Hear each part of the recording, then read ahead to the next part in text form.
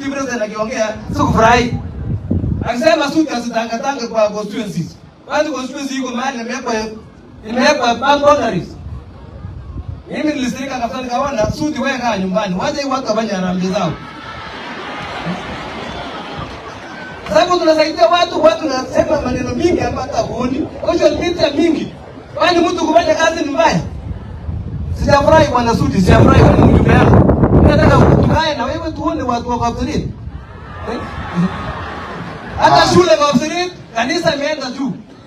Nataka nimwambie yeye wajumbe ambaye alitembea na nani deputy president. Wajana pita, ukikuja Wasingishu, enda wa viongozi wote. Ile bishop anasema tukaendane sisi wote. Sio kupiga watu wengine. Usema kama constituency yako anasema ni hiyo ni kitu ambaye si mzuri. Amanda anejinsuti kimi netungu nganje kwa kwa sasa. Wakati waeke amonda wewe kwa ndaro boni anakula la assistant kimi yoimi. Pesa. Wato mage aisi nyen maandamano siye perwa nguru jukutum ngemamu. Wewe ngabo siri mpaka bebita mpaka. Kwa sababu akifika mjumbe wetu anakuwa na roho safi. Sema waje nipige community. Kwa sababu suti alikuwa anapata shida wakati walikuwa maganga huko Kisii. Haunani zungirani kama Kisii kumi mkosa le. Na alizaliwa huko. Mimi sioni ubaya yote. Hakuna mahali mtu ameandikiwa ati ni mjumbe huko. Ongeni viongozi kesho.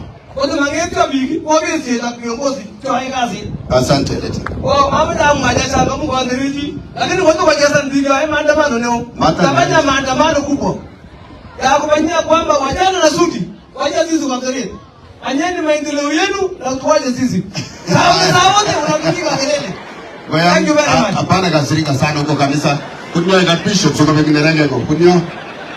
Na bishop kunyo sio kama kinaranga huko. Wewe. Na nyosu nituko lama namna gani? Yes, akuje ama asikuje? Aingie ama siingie hapa? Na hisi mtakutishwa. Unajua wale sisi umengi ngoja ile tunugo example yaje na yule mstari lakini hatari. So thank you very much Letin.